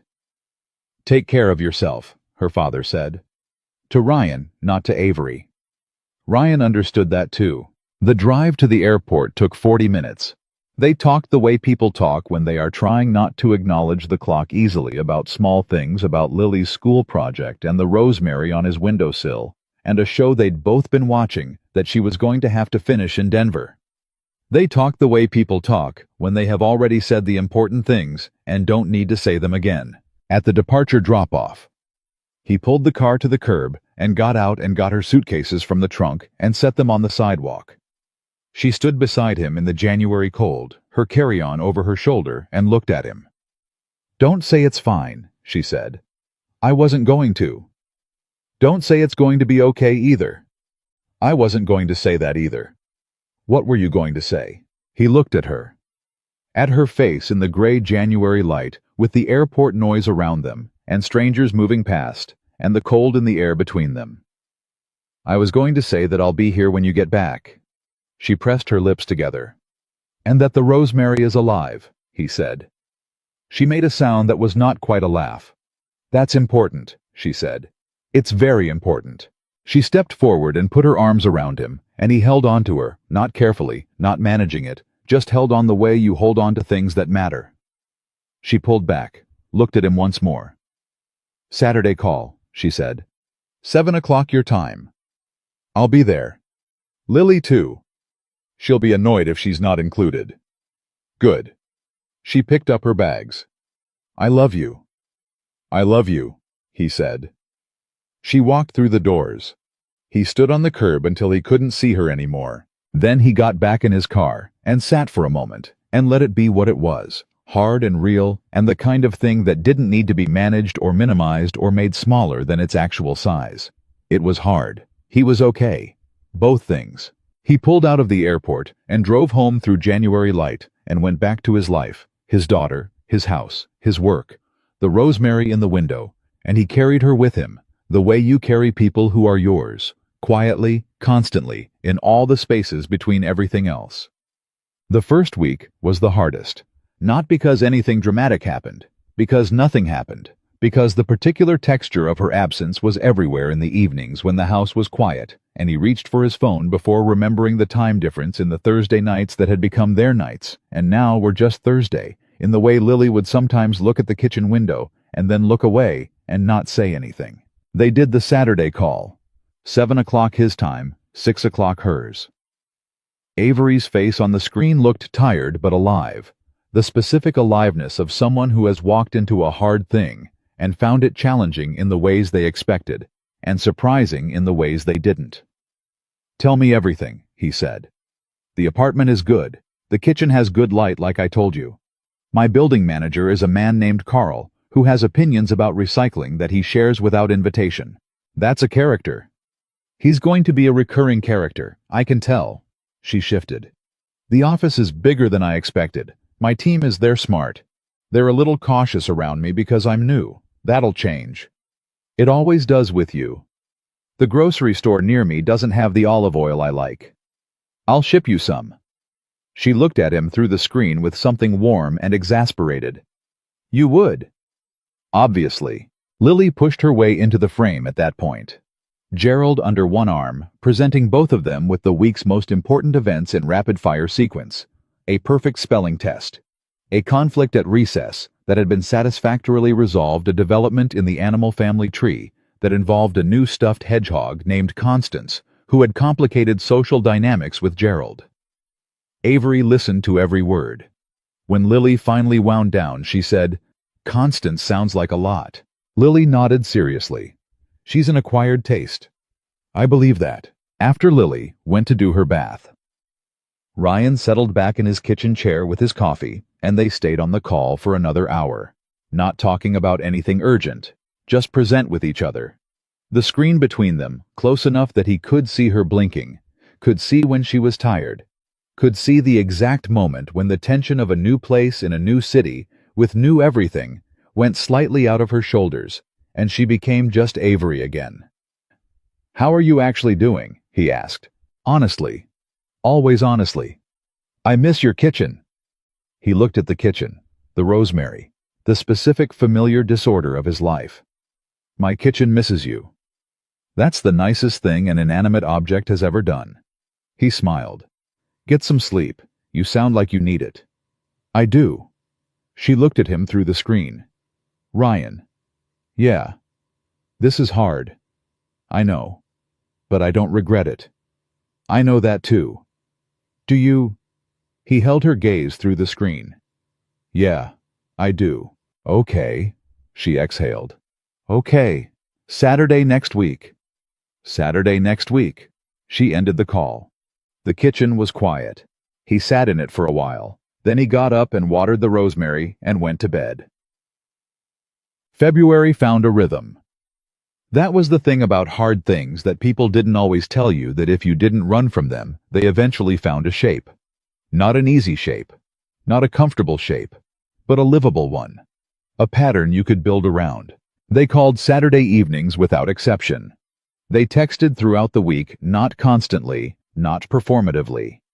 The way texting sometimes became a way of proving you were thinking about someone rather than actually thinking about them. They texted the way people text when they have a real relationship and real lives and things to share that the other person will actually want to know. He sent her a photo of the rosemary when it grew a new branch. She sent him a photo of her coffee from a cafe near her office that she'd decided was the only acceptable coffee in Denver. He sent her a picture of Lily's latest spelling test perfect score with a drawing of Gerald in the corner, because Lily had decided Gerald deserved academic recognition too. She sent back a voice note laughing. He played it twice. Danny noticed the change in him, not back to the hum of October, something different. Steadier maybe. More serious in a particular way. He said nothing about it, which was still the best thing about Danny. It was his mother who said something on a Sunday call in mid-February. "You're different," she said. "Different how?" "Quieter, but not sad quiet. Thinking quiet." "I'm always thinking." "You're usually managing. There's a difference." A pause. "How is she?" "She's good. The job is going well. She's figuring out Denver." "And you two?" "We're figuring it out." "Is it hard?" He thought about the honest answer. "Yeah, but it's the kind of hard that feels like it's going somewhere, not the kind that's just hard." His mother was quiet for a moment. "You know what your father and I did the first 2 years of our marriage? You've told me this story. Tell me you remember it." "You lived in different cities. He was in the military. You wrote letters." "Letters," she repeated. "We had to wait weeks to hear from each other. And we still knew. We never didn't know." A pause. "You've got a phone in your hand and a face on a screen every week. You're going to be fine, sweetheart." He smiled. "Yeah. I like her." "I know you do." "She looked at your house and she saw a home. Not everyone can do that." He sat with that. "No, not everyone can." Madison called him on a Tuesday in late February at 9 in the evening, which was unusual for Madison. She was a morning call person, and he picked up knowing before she spoke that whatever she wanted to say wasn't small. "Hey," she said. Hey, what's wrong?" "Nothing's wrong. I need to say something to you and I want to say it before I lose my nerve." Madison. "Just listen." He heard her take a breath. "When I brought Avery to your house in October, I knew what I was doing. I was quiet. I'm not saying I engineered it. I'm saying I knew. She'd asked about you. A few times over the years. When we talked about home, she'd ask how you were. How Lily was. And I knew she was coming back to town. And I knew you'd both be at that dinner. And I made a choice." Madison. "I'm not sorry. I want to be clear that I'm not sorry. But I wanted to tell you because you deserve to know that it wasn't entirely accidental." He sat in his kitchen chair. He thought about the plate breaking in the sink that night. His hands wet. The text from Madison arriving. "She asked about you the whole drive home." "I know," he said. Silence. "You knew." "Not the specifics. But I knew it wasn't entirely accidental." He paused. "You're not subtle, Madison." "I'm extremely subtle." "You nearly choked on your wine when Avery made the girlfriend comment. That's not subtle." "I was surprised." "You were thrilled." A pause. "I was thrilled," she admitted, "because you've been carrying everything by yourself for 3 years, and you deserved someone who would notice. And she notices things, Ryan. She always has." He looked at the rosemary. "She does," he said. "Are you mad?" He thought about it. Actually thought about it, not the reflexive answer, the real one. "No," he said. "I'm not mad. I'm—" He stopped. "I'm glad you made that choice." He heard Madison exhale. "She loves you," Madison said. "I want you to know that it's not new. She didn't just decide that at your kitchen table. It's been there for a while." "She told me." "Good." A pause. "And you?" "Yeah, Madison." "Say it out loud, just once, for me." He almost laughed. "I love her." "There it is." Her voice went soft. "There it finally is." They stayed on the phone another 20 minutes, talking about other things. Their mother work a trip Madison was planning for spring. Normal things, easy things. And Ryan sat in his kitchen in the quiet of a Tuesday night in February and felt the full shape of his life around him. The house, the sleeping child down the hall, the rosemary, the woman in Denver who was going to call on Saturday, and found that the shape of it, complicated and imperfect and still very much in progress, was one he was genuinely glad to be inside.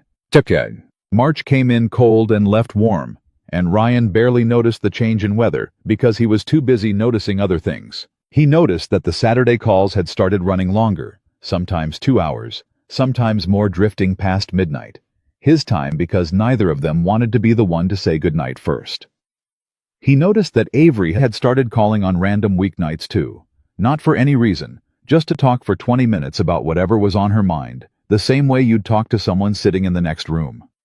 He noticed that Lily had taken to drawing pictures for Avery and leaving them on the kitchen table with specific instructions for Ryan to photograph them and send them, which he did faithfully, and which Avery said she had taped to the inside of her kitchen cabinet in Denver, so she saw them every morning. He noticed that he had stopped counting the weeks. That was the one that caught him. He'd spent January counting. Every week. He'd known how many had passed and how many were ahead, and he'd felt the weight of that arithmetic constantly. And somewhere between February and March, it had stopped. Not because the distance was easier, because he had stopped measuring himself against it. She called him on a Wednesday night in the 3rd week of March. Regular time, nothing unusual. They'd been talking for 40 minutes about a difficult meeting she'd had with her team when she stopped mid-sentence. Ryan. Yeah. I need to tell you something, and I don't want you to have a reaction before I finish saying it. He straightened in his chair. Okay. My director called me this morning about a review. The hub is performing ahead of projections, significantly ahead. That's good. It is. And they're talking about expanding the scope of the role. Bigger team, larger territory, longer timeline. He held the phone. Ryan. I'm here. Keep going. The original agreement was a 1-year position with review. They're now talking about making it a permanent role, based in Denver. The kitchen was very quiet. He looked at the rosemary. He looked at the window beyond it. He thought about 100 things at once, and then set all of them aside except the one that mattered. How do you feel about it? He asked. I asked you not to have a reaction before I finished. I'm not having a reaction. I'm asking how you feel about it. A pause. I feel like it's the right professional move. The role is everything I thought it would be, and more. My team is starting to trust me. I'm building something real there. She stopped. And I feel like telling you this is the hardest conversation I've had since January. It doesn't have to be hard. Ryan, I mean that. It doesn't have to be the conversation where we figure out if this is over. It can be a different conversation. Silence. What conversation? She asked carefully. He had been sitting in his kitchen chair. He stood up. He walked to the window and looked at the rosemary. The one where we talk about what it would look like for me to come to Denver. He heard her stop breathing. Ryan, I'm not saying tomorrow. I'm not saying next month. I'm saying I've been looking at project opportunities in the Denver region for about 6 weeks. You've been... She stopped. 6 weeks. Since February. There's a commercial development group there that's been on my radar. There's also a regional infrastructure company that Danny has a contact at. He paused. I wasn't going to say anything until I knew if it was actually viable. Is it? It's becoming viable. The silence on her end was full, not empty, not hurt, not even entirely surprised. Full. You were doing this without telling me, she said. I was doing this before putting it on you. There's a difference. That is different. A pause. That's very different. I'm not making a decision because I'm afraid of losing you, he said. I want to be clear about that. I'm looking at this because I've been thinking about what I actually want. Not just what's safe. Not just what's already built. What I actually want. He held the phone. And I want to be where you are. If I can find a way to do that, that makes sense for me and for Lily, then I want to do that. She was quiet for a long moment. Lily, she said. She'd have her mother here still. Claire and I would work out a modified arrangement. It's not impossible. He paused. I haven't talked to Lily yet. I wanted to know it was real first. Is it real? He looked at the rosemary. It's getting there. She made a sound small, compressed the sound of someone keeping something contained that doesn't want to stay contained. "You planted that rosemary," he said, "in my kitchen window, before you left." "I remember. I've watered it every morning." "I know. You send me pictures." "Every morning, without thinking about it. It just became part of the routine." He paused. "You became part of my routine, Avery. The way the important things do. And I don't want to maintain that from 1,000 miles away when there might be another option." She was quiet for a while. He let her be quiet. He'd learned that about her, that she needed the space to come to things at her own pace, that filling her silences was the wrong instinct. "I need you to be sure," she said finally. "Not because of me.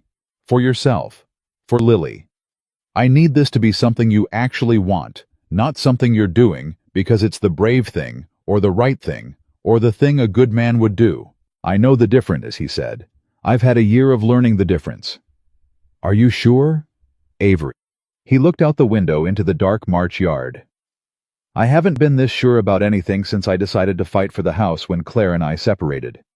And I did that because I knew Lily needed to stay in her school and her neighborhood and her life." He paused. "This feels like that. Something I'm choosing because it's genuinely right, not because I'm afraid of the alternative." Another long silence. Then quietly, "Okay. Okay. Okay." He could hear her composing herself. "Then let's figure out what it actually looks like. The real version. With all the hard parts included." "I don't want the easy version," he said. "I want the real one." "I know you do." A beat. "That's why I love you." He stood at his kitchen window in the dark March night and held his phone and felt something settle in him that had been slightly quietly unsettled for months. Not fixed. Not finished. But moving in the right direction with intention and honesty, and both eyes open. "Saturday call," he said. "But also, can I call you tomorrow?" "Yes," she said immediately. "And Thursday?" "Ryan, you can call me whenever you want." "I'm working up to it." She laughed, the real one, the bright one. "I know you are," she said. "I'm very patient. You're the least patient person I know." "I'm patient about the things that matter." He smiled. "Yeah, you are." They said goodnight. He stood at the window for a while after the call ended in his quiet house in the life he'd built carefully and alone, and with great love for the small person sleeping down the hall. And he thought about what it would mean to build it somewhere new. Not smaller, not diminished, bigger, with someone beside him who had shown up at his door with olive oil and a direct gaze and a question that sounded like a joke, and had proceeded to prove month by month, and phone call by phone call, and rosemary plant by rosemary plant that she had meant every word. He went to check on Lily. She was asleep. Gerald under her chin, one sock on, and one sock somewhere in the sheets. He stood in her doorway, the way he always did. He thought about Denver. He thought about what he would say to her in the morning. He thought about the look on her face, the Supreme Court justice, look, the full beam attention look, when he told her that sometimes adults figured things out after all. He pulled her door almost closed, and in the quiet hallway of his house, Ryan Whitmore stood still for one moment and let himself feel the full, unmanaged weight of everything that was coming. The uncertainty, the logistics, the fear. And underneath all of it, steady and real and not going anywhere, the knowledge that he was moving toward something instead of away from it. For a man who had spent 3 years learning to stand still, that was everything.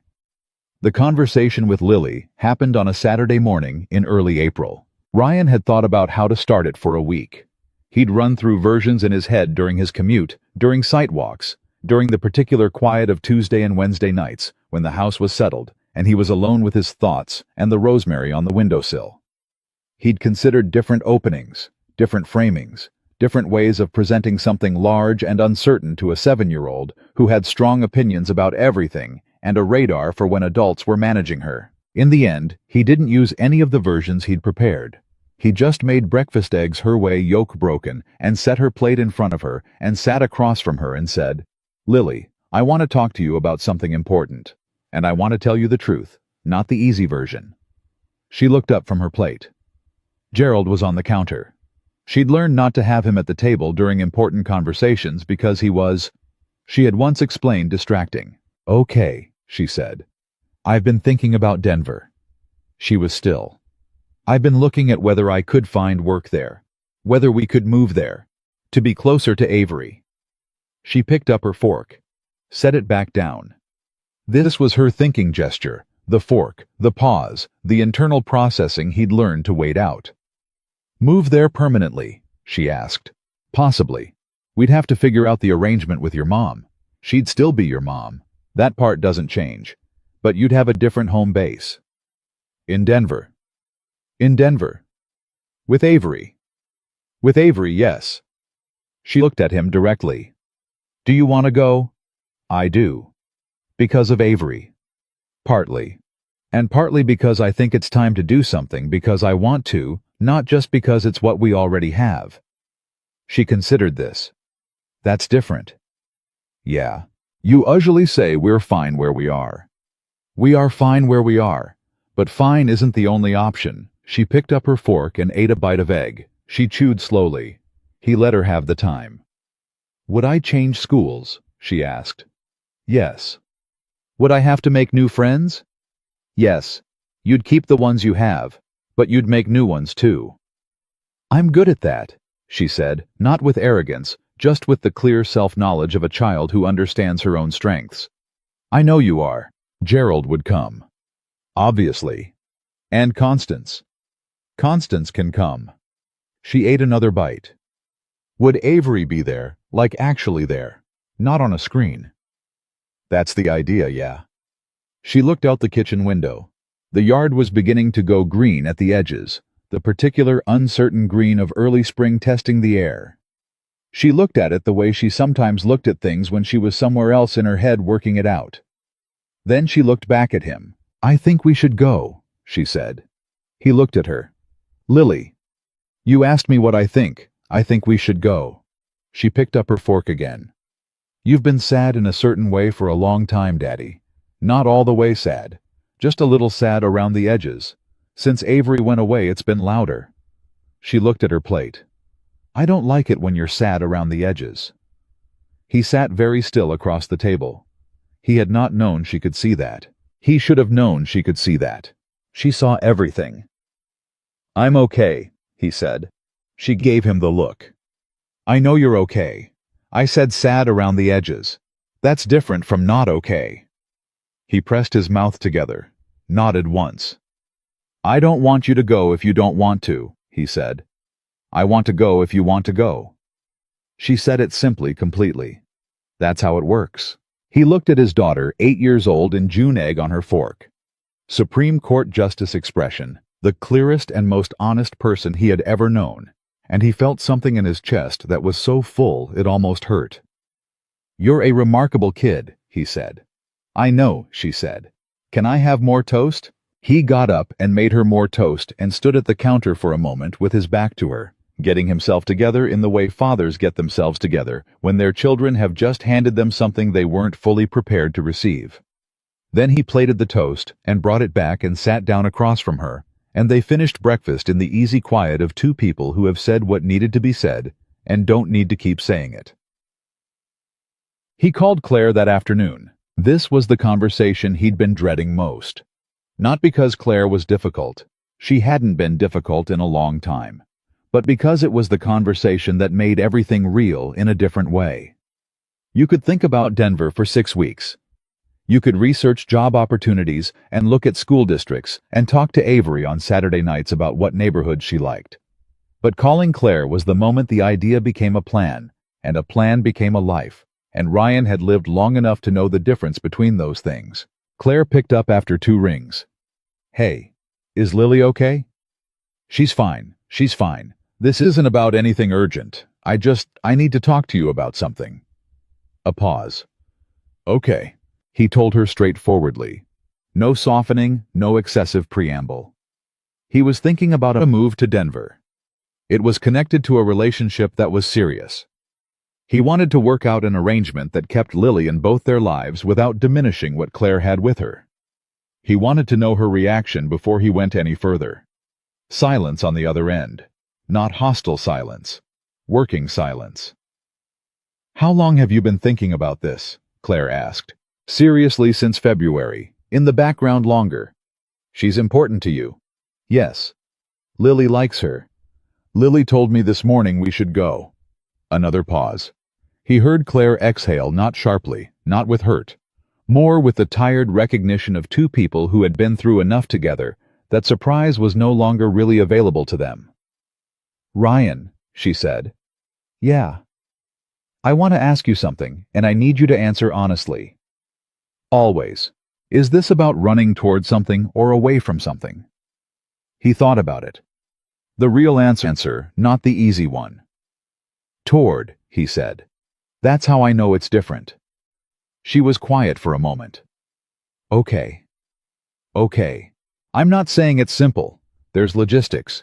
There's my schedule. There's Lily's school situation. There are conversations we'd need to have with a mediator probably. She paused. But I'm not going to stand in the way of you building something real. That's not who I want to be. Another pause. And she makes Lily happy. Very. Then we figure it out. A long breath. We've figured out harder things. He closed his eyes for a moment. Yeah, he said. We have. Call me next week. We'll start talking through it. Claire? Yeah. Thank you. She made a sound, not quite a laugh, not quite a sigh. Something between them, like a lot of things between them, had always been. Don't thank me yet.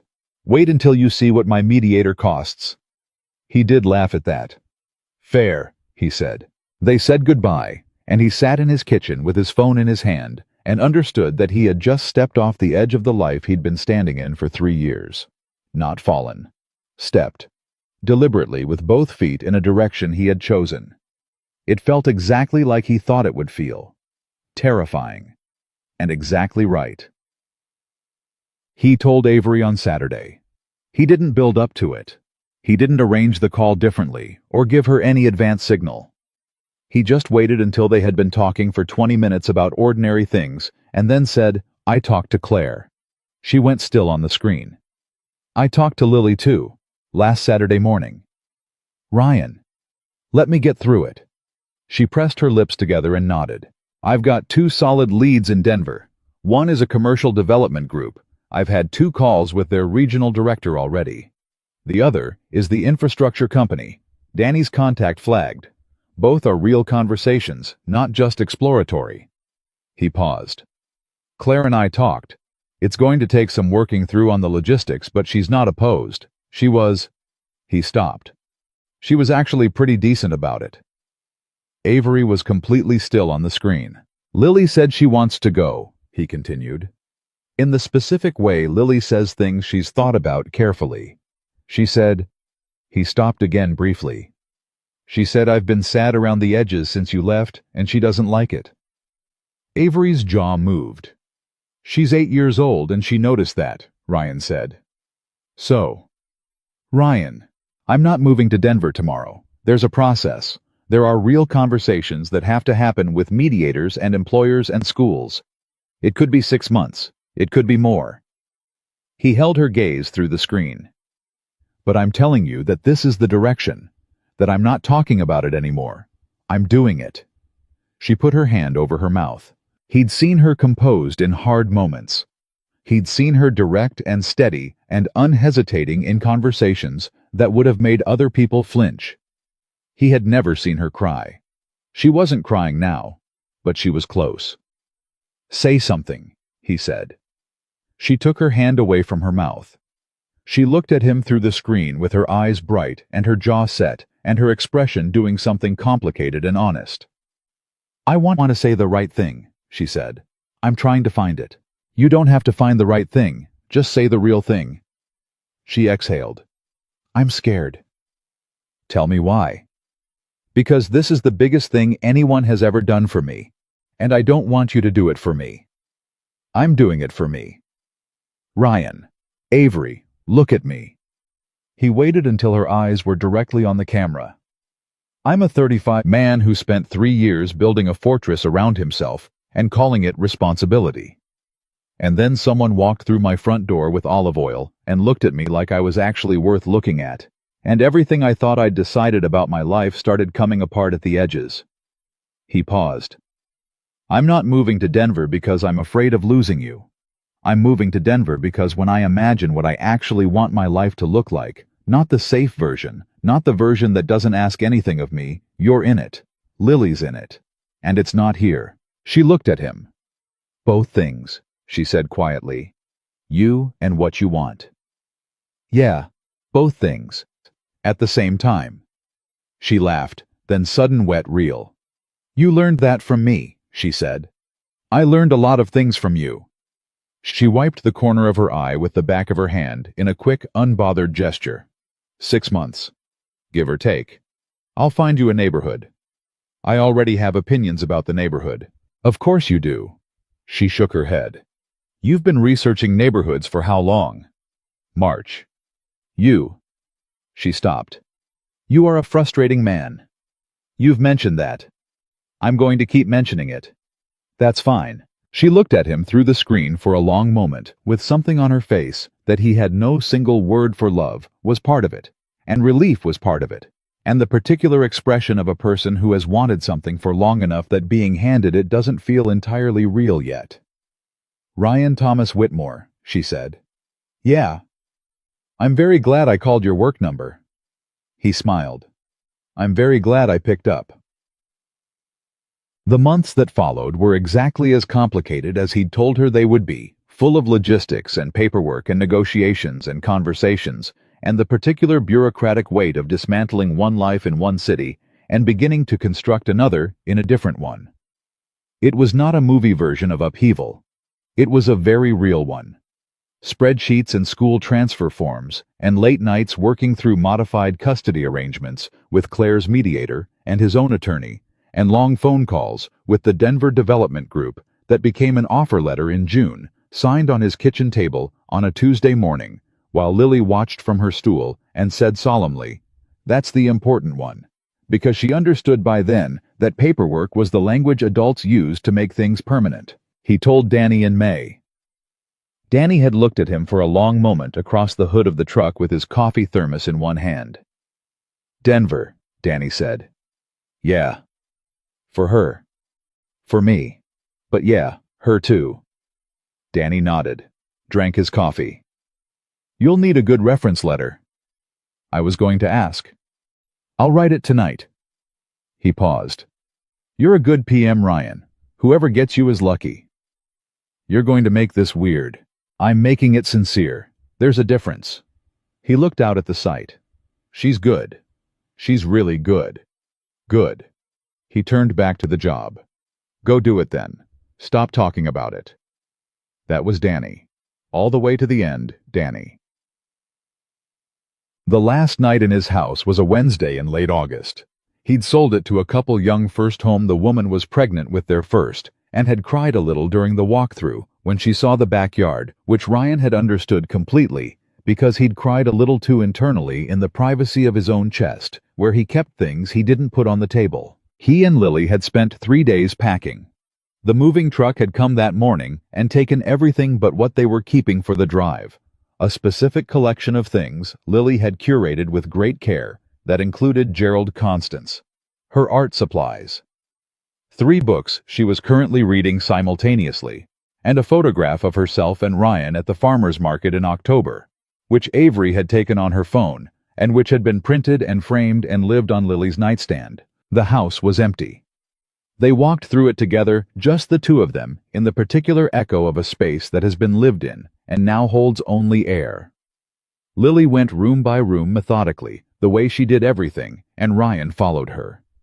The kitchen, she stood in the doorway and looked at the window where the rosemary had been. He'd brought the rosemary, obviously. It was in the car, secured in a box. Lily had personally supervised its packing.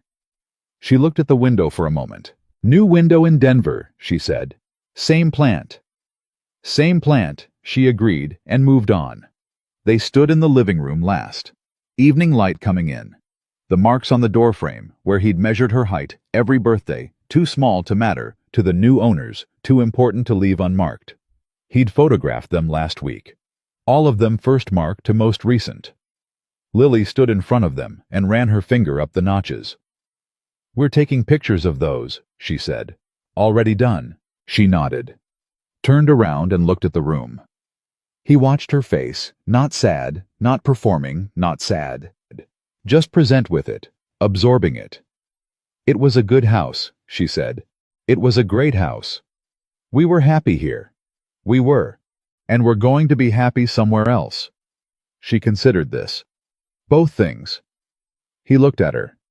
"Both things," he said. She held out her hand. I took it, and they walked out together, and he locked the door for the last time, and he stood on the front step for one moment with the key in his hand and said goodbye to the house. In the private way you say goodbye to places that have held you through hard years without words. Just presence. Just the acknowledgement of what it had been. Then he put the key in the lockbox and walked to the car, and they drove.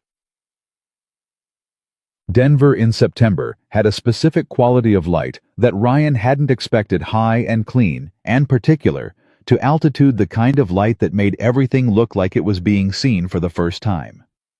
He noticed it the morning they arrived, driving in on the interstate with the city coming into view, and Lily in the back seat with Gerald in her lap saying, "It looks different than I thought," in a tone that was neither disappointment nor excitement, but pure honest assessment. "Different good or different bad?" he asked. "Just different," she said. "I haven't decided yet." That was fair. He hadn't decided yet either. He was working on it. Avery was at the apartment when they pulled up. She was standing outside. She'd been watching for them. He understood, though she would probably not admit how long she'd been standing there. And when his car turned into the parking area, she raised her hand in a wave that was casual on the surface and something else entirely underneath. Lily was out of the car before he'd fully stopped it. Lily! But Lily was already across the pavement, and Avery was crouching down, and Lily had her arms around her neck, and Avery had her arms around Lily, and they stayed like that for a moment, the two of them, while Ryan got out of the car and stood and watched with his hands in his pockets and something in his chest so full he had to look at the sky for a second just to manage it. Avery looked up at him over Lily's shoulder. He looked back. She smiled, not the dinner table smile, not the porch smile, not any particular smile he'd catalogued before. Something new. Something that belonged to this specific moment and no other. He smiled back. Lily pulled back and took Avery's hand and said with complete authority, "Show me the apartment." And Avery stood and said, "Yes, ma'am." And they went toward the door, and Ryan grabbed the first load from the car and followed them. And that was how it started. Not with a speech, not with a ceremony, not with anything grand or orchestrated. With a 7-year-old taking someone's hand and walking through a door. The apartment was on the 3rd floor, and it had a window in the kitchen that faced east, which meant morning light, which meant the rosemary went there immediately, and Lily personally carried it up from the car, and placed it on the sill, and stepped back and examined it, and said, "Good," with the finality of someone completing an important installation. They spent the day setting up. Not unpacking everything. The moving truck with the main furniture wasn't arriving until the following morning, but getting the essential things in place. The things that make a space feel like it might become somewhere you live, rather than somewhere you're staying. Lily's side of the bedroom she'd be sharing with a partition until they found something larger. The kitchen basics. The photograph from the farmer's market on the surface that would eventually be a nightstand. Avery helped without taking over, which Ryan had come to understand was one of her particular skills, being present and useful without making it about herself. She knew where things should go, not because she'd decided in advance, but because she asked, and then she put them there, and she did it without commentary. Around 7 that evening, with the apartment in the early stages of becoming real, Avery made dinner. On a hot plate, because the stove hookup wasn't fully sorted yet, which she had noted with total equanimity as a solvable problem, and then solved it by producing a hot plate from a bag she'd brought. She made pasta, the same one she'd made at her parents' house in November, the one she'd clearly been working on since the first dinner at his kitchen table. Lily sat on the floor against the wall because there were no chairs yet. The furniture was arriving tomorrow, and ate her pasta and said, "This is better than last time." "I've been practicing," Avery said. I can tell. Lily ate another bite. You've been practicing on what? On not burning it mostly. That's the main thing, Lily said sagely. Ryan sat on the floor beside his daughter and ate his pasta and looked at this woman who had walked into his life with olive oil and a direct gaze and a question that had sounded like a joke and who had proceeded to mean every single word of it. He looked at the kitchen window where the rosemary was catching the last of the evening light. He looked at Lily cross-legged on the floor, evaluating pasta with the authority of someone who had been raised by a man who took cooking seriously. He looked at all of it, this specific, imperfect, unfinished, just beginning thing, and felt it land in him the way real things landed. Without fanfare, without announcement. Just here. This. Finally. It's good, he told Avery. I know, don't sound so surprised. I'm not surprised, I'm impressed. Better. Lily looked between them. She had the expression, the one he knew, the Supreme Court expression, but softer than usual. Something underneath it that looked, if he was reading it right, like satisfaction. This is good, Lily said, and she was not talking about the pasta. He looked at her. She looked back at him with her level, honest, 7-year-old gaze. The apartment and everything, she clarified in case he needed it. Yeah, he said. It is. Later after. Lily was asleep on her improvised bed. In the partitioned half of the bedroom, Ryan and Avery sat on the floor of the living room. No furniture, no chairs. Just the two of them, and the light from the city coming through the windows. And it was quiet in the specific way of new places where the sounds are different, and your ears haven't calibrated yet to what's background and what needs attention. How are you doing? She asked. Honestly. Always honestly. I thought about it. The real answer, not the managed one. I'm overwhelmed. And I'm exactly where I want to be. And I'm terrified of something I can't name specifically. And I'm happier than I've been in years. He looked at her. All at once. Both things, she said. All the things. Yeah. She leaned into him. Her shoulder against his arm the same way she had on his porch in October. The same instinct, the same ease. Except this time, they were in Denver. And the city was different, and the life outside that window was going to be different, and none of it felt like less. It felt like more. Can I ask you something? She said. Yeah, that first night, at your kitchen table, when I asked if you'd cook for me every day if I became your girlfriend. She paused. What did you actually think when I said that? He was quiet for a moment. I thought you were joking, he said. And then I looked at your face. And then I thought she's not joking, and I didn't know what to do with that. What did you do with it?